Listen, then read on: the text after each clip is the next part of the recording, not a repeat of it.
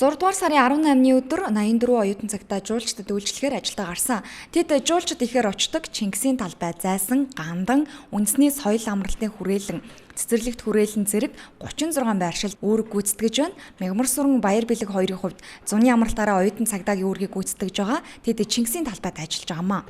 Одоогоор ерөнхийдөө зуны үйл хийсэн учраас жуулчдад маш ихээр ирж байна. Тэгээ наадам төхөөлөд бас их хэсэг төлөвтэй байгаа. Нийтлэг ямар үйлчлэг? Ерөнхийдөө бол хулгайчаас сэрэмжлэх, эд зүйлсээ хулгайд алдахаас сэрэмжлэх, тэгээд газрын зурган дээр заагаад одоо хайж байгаа эд зүйлсээ одоо юу гэх уух юм те стрампап гэж ерөнхийдөө музей гэж тэмхүүнүүдээр зааж өгч байгаа. Хүндрэл бол нэг гардаг биш дээ баг. Зуулчдад одоо нэг олохгүй байгаа газрын чиглэж өгч одоо нэг газрын зурган дээр заагаад хэрэг зуулч маань олохгүй бол өөртөө хүргэж өгөөд тэгж тусалж байгаа. За мэдэхгүй байгаа зүйлсээр нас мэдээлэл хангаа явж байгаа.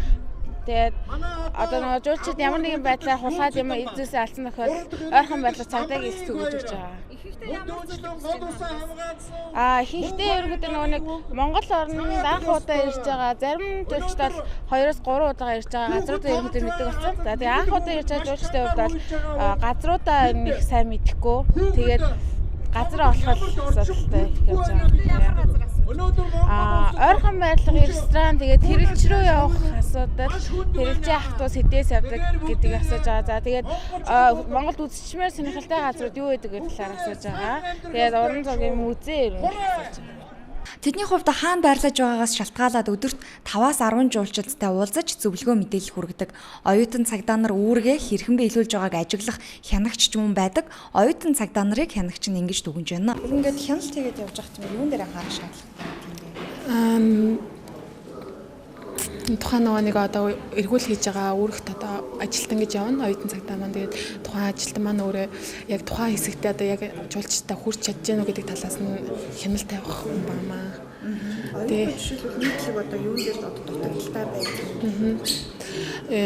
Түрүү жилээс ажиглаад хахад ерөнхийдөө бол дутагдaltaй тал гэх юм бол одоо мерсэр одоо газрууд Монгол орнотгийнхаа одоо тэр гайд одоо хөвчлэн гайд туристуудыг жуулчид их хайдаг. Тэгээд тэр газруудыг одоо сайн оюутнуудад сая сургалтаараа ингээд тараасан болохоор ерөнхийдөө бол дайжгүй гэж бодож байна. Тэгээд ерөнхийдөө нэг дутагдaltaй тал байхгүй харин бол сайшилтай талаас нь бол би хувьдаа бол айгүй хин ажлыг энэ үүрэгтэй ажлыг бол дэмждэг. Оюутнуудад цагийн үлсийг 3500 төгрөгөөр тооцож олгодог.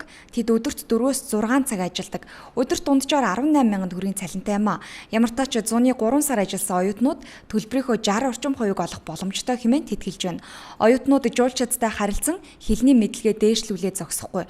Хөдөлмөрлөж мөнгө олох, эргээд жуулчдад ээлтэй хот болох нийслэлийнхээ хөгжилд хувь нэмэр оруулж байгаа юм байна. Энэ хөтөлбөр өнгөрсөн жилээс эхэлсэн. Оюутан цагдаа нар ажиллаж эхэлснээр жуулчдтай холбоотой гэмт хэрэг 79% буурсан хэмээн цагдаагийн газраас мэдээлж байна.